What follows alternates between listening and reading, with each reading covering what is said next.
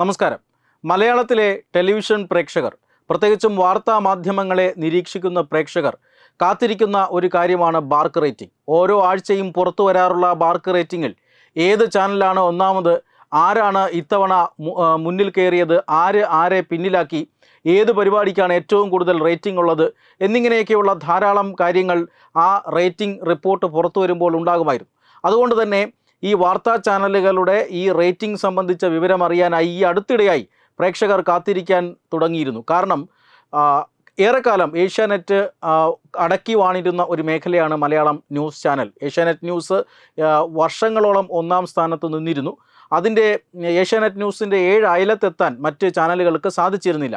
എന്നാൽ 24 എന്ന ചാനലിൻ്റെ വരവോടുകൂടിയാണ് ഏഷ്യാനെറ്റിൻ്റെ ഒന്നാം സ്ഥാനത്തിന് ഒരുപക്ഷെ ഭീഷണി ഉണ്ടായേക്കാം എന്നൊരു തോന്നൽ പ്രേക്ഷകർക്ക് വന്നു തുടങ്ങിയത്.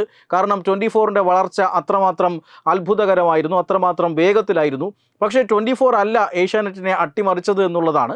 ഇതിനിടയിൽ രൂപീകൃതമായ റിപ്പോർട്ടർ ചാനലാണ് ഏഷ്യാനെറ്റിനെ കഴിഞ്ഞ 5 ആഴ്ച പിന്തള്ളി ഒന്നാം സ്ഥാനത്ത് നിന്നിരുന്നത്. തുടർച്ചയായി 5 ആഴ്ച ഏഷ്യാനെറ്റിന് 2ാം സ്ഥാനത്ത് ബാർക്ക് റേറ്റിംഗിൽ നിൽക്കേണ്ടി വന്നു. അതുകൊണ്ട് തന്നെയാണ് ഈ 5 ആഴ്ചയും ബാർക്ക് റേറ്റിംഗ് വലിയ രീതിയിൽ വാർത്തയാകുന്നത്. അല്ല എങ്കിൽ സ്ഥിരം പാറ്റേൺ തന്നെയായിരുന്നു. 1ാം സ്ഥാനത്ത് ഏഷ്യാനെറ്റ്, 2ാം സ്ഥാനത്ത് റിപ്പോർട്ടറോ അല്ലെങ്കിൽ 24ഓ, പിന്നീട് മലയാള മനോരമ, മാതൃഭൂമി എന്നിങ്ങനെ സ്ഥിരം ഫോർമാറ്റ് തന്നെയായിരുന്നു. പക്ഷേ ഈ ഫോർമാറ്റിന് ഒരു ഇളക്കം തട്ടിയത് ഈ കഴിഞ്ഞ 5 ആഴ്ച കൊണ്ടായിരുന്നു. വലിയ വലിയ മാറ്റങ്ങളാണ് മാധ്യമ രംഗത്ത് അല്ലെങ്കിൽ കേരളത്തിലെ മലയാള വാർത്താ ചാനലുകളിൽ വലിയ വലിയ മാറ്റങ്ങളാണ് ഈ 5 ആഴ്ച നടന്നത് എന്ന് തന്നെ പറയാം. കാരണം റിപ്പോർട്ടർ ഏഷ്യാനെറ്റിനെ പിന്തള്ളിക്കൊണ്ട് 2ാം സ്ഥാനത്താക്കിക്കൊണ്ട് 1ാം സ്ഥാനത്തേക്ക് വന്നു. ഈ 5 ആഴ്ചയും തുടർച്ചയായി ഏഷ്യാനെറ്റിന് 2ാം സ്ഥാനത്ത് നിൽക്കേണ്ടി വന്നു. അതുകൊണ്ട് തന്നെ റിപ്പോർട്ടറിലെ ഏറ്റവും മുതിർന്ന ഒരു മാധ്യമ പ്രവർത്തകനായ ഉണ്ണി ബാലകൃഷ്ണനെ ഏഷ്യാനെറ്റ് ഹയർ ചെയ്യുന്നു. പിന്നീട് അവിടെ ഉണ്ടാകുന്ന ഷഫ്ലിങ്ങിൽ വീണ്ടും മറ്റ് ചില മാധ്യമ പ്രവർത്തകർ, മുതിർന്ന പല മാധ്യമ പ്രവർത്തകരും പല ചാനലുകളിലേക്കും മാറിയും മറിഞ്ഞുമൊക്കെ വരുന്നു. പലരും അങ്ങോട്ടേക്കും ഇങ്ങോട്ടേക്കും വരുന്നു എന്നുള്ള ചില ശ്രുതികളും അതുപോലെ തന്നെ അങ്ങനെയുള്ള ചില വാർത്തകളും സ്പെക്കുലേഷൻ സ്റ്റോറികളും ഒക്കെ നമ്മൾ കാണുന്നുണ്ട്. അങ്ങനെ വാർത്താ മാധ്യമ രംഗത്ത്, ടെലിവിഷൻ വാർത്താ ചാനലുകളുടെ രംഗത്ത് ഒരു വലിയ സംഭവ ബഹുലമായ 5 ആഴ്ചയാണ് കടന്നുപോയത് എന്ന് തന്നെ പറയാം. ഇപ്പോൾ 23ാം ആഴ്ചത്തെ ഫലം വരുമ്പോൾ, ബാർക്ക് റേറ്റിംഗ് വരുമ്പോൾ ഏഷ്യാനെറ്റ് അവരുടെ 1ാം സ്ഥാനം തിരിച്ചു പിടിച്ചിരിക്കുന്നു എന്ന വാർത്തയാണ് വരുന്നത്. ഏറ്റവും മുതിർന്ന റിപ്പോർട്ടർ ചാനലിലെ ഏറ്റവും മുതിർന്ന അല്ലെങ്കിൽ വളരെയധികം സക്രിയമായിട്ടുള്ള ഒരു മാധ്യമ പ്രവർത്തകനെ അവിടെ നിന്നും അടർത്തു മാറ്റിയത് വിജയിച്ചു, ആ തന്ത്രം വിജയം കണ്ടു എന്ന് തന്നെയാണ് ഇപ്പോൾ ഈ ബാർക്ക് റേറ്റിംഗ് നൽകുന്ന സൂചന. ഏഷ്യാനെറ്റ് അവരുടെ 1ാം സ്ഥാനം തിരിച്ചു പിടിക്കുന്നു. 91 പോയിന്റോടുകൂടി ഏഷ്യാനെറ്റ് 1ാം സ്ഥാനം നിലനിർത്തുന്നു. റിപ്പോർട്ടർ ചാനൽ 86 പോയിന്റുമായി 2ാം സ്ഥാനത്ത് തൊട്ടു പിന്നിൽ തുടരുന്നു എന്നുള്ളതാണ് ഈ ആഴ്ചയിലെയും പ്രധാനപ്പെട്ട വാർത്ത. 24 അത് 10 പോയിന്റ് കുറവാണ്. അതായത് റിപ്പോർട്ടർ ചാനലിനേക്കാൾ 2ാം സ്ഥാനത്തുള്ള റിപ്പോർട്ടർ ചാനലിനേക്കാൾ 10 പോയിന്റ് കുറവാണ് 3ാം സ്ഥാനത്തുള്ള 24ന്. 24 76 പോയിന്റുകളോടുകൂടി 3ാം സ്ഥാനത്ത് തുടരുന്നു.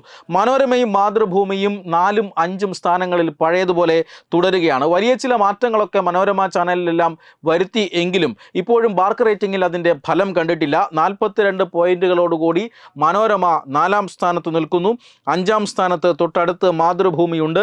6ാം സ്ഥാനത്ത് ഈ അടുത്തിടെ രൂപം കൊണ്ട അല്ലെങ്കിൽ ഈ അടുത്തിടെ രൂപീകരിച്ച നിലവിൽ വന്ന ഒരു ചാനലായ 24x7 മലയാളം എന്ന ചാനലാണ്. ആ ചാനലിൻ്റെ പല പരിപാടികളും ശ്രദ്ധേയമാകുന്നു എന്ന് ചില അഭിപ്രായങ്ങളുണ്ട്. അതിൻ്റെ ഫലമായി ആദ്യ സമയത്തൊക്കെ ഇതിന് റേറ്റിംഗ് സ്ഥാനത്ത് അവസാന സ്ഥാനത്തായിരുന്നുവെങ്കിൽ ഇപ്പോൾ 24x7 മലയാളം എന്ന ചാനൽ 6ാം സ്ഥാനത്തേക്ക് ഉയരുകയാണ്. 7ാം സ്ഥാനത്ത് ജനമാണ്. 7ഉം 8ഉം സ്ഥാനങ്ങളിൽ ജനവും കൈരളിയുമാണ്. 19 പോയിന്റാണ് ഈ 2 ചാനലുകൾക്കും ഉള്ളത്.